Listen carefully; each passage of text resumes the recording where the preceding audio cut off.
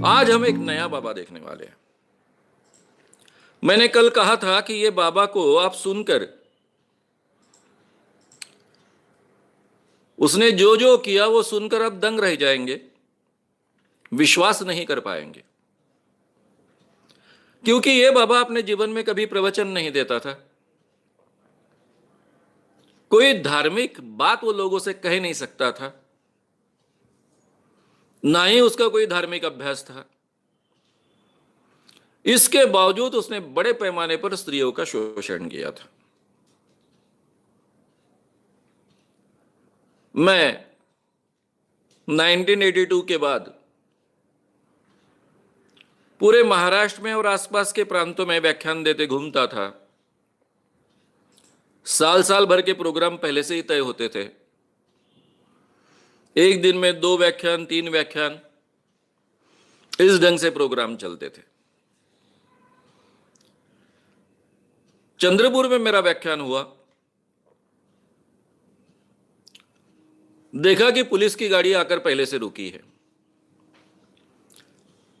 व्याख्यान रुकते ही एक सब इंस्पेक्टर मेरे पास आए चलते चलते और बोले, आपको चलना है। मैंने बोला, क्या बात है?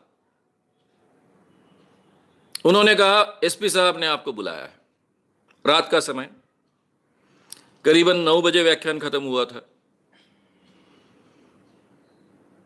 मैंने कहा, ठीक है, थोड़ी देर बाद निकलते हैं।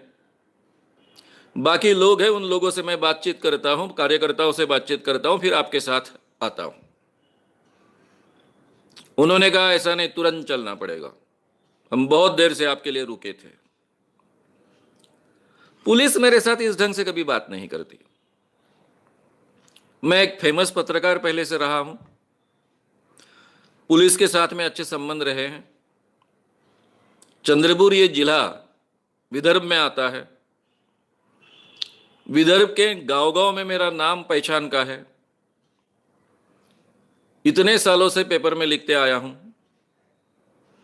मुझे लगा शायद मेरे नाम का कोई वारंट निकला है। कई बार डिफेमेशन की केसेस डाली जाती। जो केसेस डालते वो ये देखते कि इसको समन्स पहले ना मिले, यानी समन्स सर्व हुआ ऐसा कोर्ट को बताना, और मैं हाजिर नहीं हुआ ये कोर्ट को बताकर वारंट निकलवा लेना, इन लोगों का एक हमेशा का षड्यंत्र रहता था। मतलब किसी ने तो भी मुझ पर डिफेमेशन की केस डाली है और इस ढंग से वारंट निकलवाया है, इसलिए इंस्पेक्टर मेरे को पकड़ के ले जा रहे हैं। तो उन सब इंस्पेक्टर महोदय के साथ में मैं तुरंत निकला। सीधा मुझे ले गए एसपी ऑफिस में, एसपी साहब के सामने बिठा दिया। एसपी साहब ने तुरंत चाय मंगवाया। मेरे समझ में नहीं आया कि मेरे ऊपर वारंट निकला है, क्या बात है। एसपी साहब बोले, आपको कितना ढूंढ रहे थे? पूरे महाराष्ट्र की पुलिस ढूंढ रही थी। जगह जगह एसपी ऑफिस एक दूसरे को फोन कर रहे थे। बोला, क्या हो गया? नहीं, बोले पुणे के जो कमिश्नर है मिसर साहब, उन्होंने मैसेज दिया था कि श्याम मानव साहब जिस भी डिस्ट्रिक्ट में हो उनको तुरंत कल भेजना है, पुणे भेजना है। बोला, क्या बात है, ऐसी क्या इमरजेंसी है? नहीं, कल से फोनाफोनी चल रही है। मुझे भी आपका कार्यक्रम चंद्रपुर में है ये पता कब चला, शाम को चला, तब कहीं जाकर मैंने एक्शन ली और आपको वहां से बुलवाया। मैंने उनसे पूछा, बुलवाया या उठवाया? बोले, क्या बात कर रहे हो, आपको कमिश्नर साहब ने बुलाया है?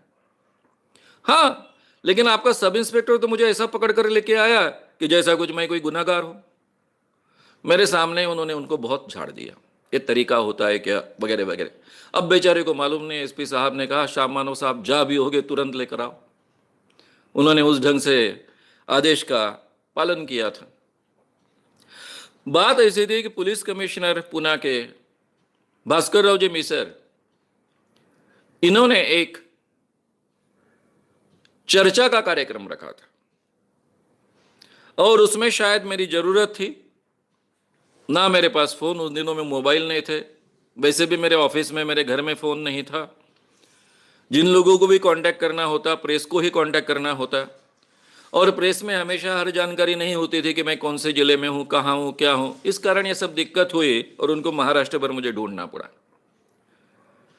फिर पुलिस ने ही व्यवस्था की थी पूना पहुंचने की, रेल का टिकट वगैरह का प्रबंध उन्होंने ही किया। दूसरे दिन मैं पूना पहुंच गया और पूना में थी एक परिषद, चर्चा,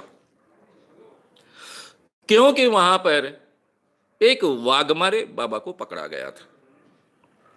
और उसके पीछे का बैकग्राउंड ऐसा था कि मेरे एक भाषण के बाद में भास्कर राव जी को लगा था, यानी कमिश्नर साहब को लगा था कि मैं बहुत एग्जैगरेटेड बोलता हूं। चाय के समय में उन्होंने मुझे पूछा भी था कि आप इतने अच्छे ढंग से विषय को रखते हो, लेकिन थोड़ा सा एग्जैगरेटेड हो जाता है, वो स्त्री और पुरुषों के संबंध में आप जो बाबा और स्त्रियों के संबंध में बात करते हो। तब मैंने इतना ही कहा था उनसे कि मैंने जो कहा है, मेरे इतने बड़े भाषण में केवल 5-7 मिनट 10 मिनट उस बात पर मैं बोला, लेकिन वो विषय बहुत ही गंभीर है। जो इस क्षेत्र की सच्चाई है उसमें का छोटा सा हिस्सा मैंने रखा है।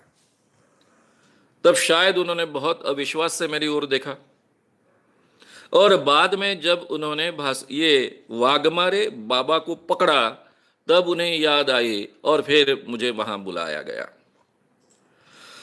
दूसरे दिन परिषद में काफी सामाजिक कार्यकर्ता थे, स्त्री मुक्ति के क्षेत्र में काम करने वाले संगठन के नेता लोग थे, पत्रकार थे, कुछ लेखक थे, और इन सब लोगों के सामने करीबन 40 स्त्रियों के नाम दिए गए थे। और जो पूना से संबंधित सब कार्यकर्ता है उनसे कहा गया था कि ये 40 स्त्रियां जो इन्वॉल्व थी इस सब चीजों में, उनको आपको कन्विंस करना है, उनको आपको आगे चलकर कोर्ट में हाजिर हो, साक्ष्य दे, एविडेंस दे, इसके लिए तैयार करना है, उनका काउंसलिंग करना है। और फिर ये बात निकली, चर्चा हुई उसमें कि मानव साहब इस क्षेत्र में काम करते हैं। वो पहले कहते थे कि बहुत बड़े पैमाने पर इस ढंग का शोषण होता है, मेरा विश्वास नहीं था। लेकिन जब पुलिस ने ही ये केस ढूंढी है और 40 नाम आगे आए हैं, पुलिस को अगर 40 नामों का पता चला है तो इसके पीछे और कितनी स्त्रियां हो गई, इसका कोई कल्पना हम नहीं कर सकते हैं।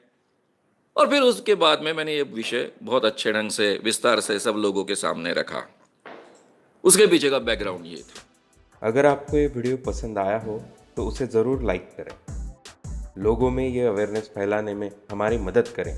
वीडियो को ज़रूर शेयर भी करें। तो हमारे YouTube चैनल शाम मानव को विज़िट करें। ऐसे सारे वीडियोस का आनंद लेने के लिए हमारे चैनल को सब्सक्राइब करें। उसके लिए सब्सक्राइब बटन दबाएं। नए वीडियोस का नोटिफिकेशन पाने के लिए बेल आइकन दबाएं।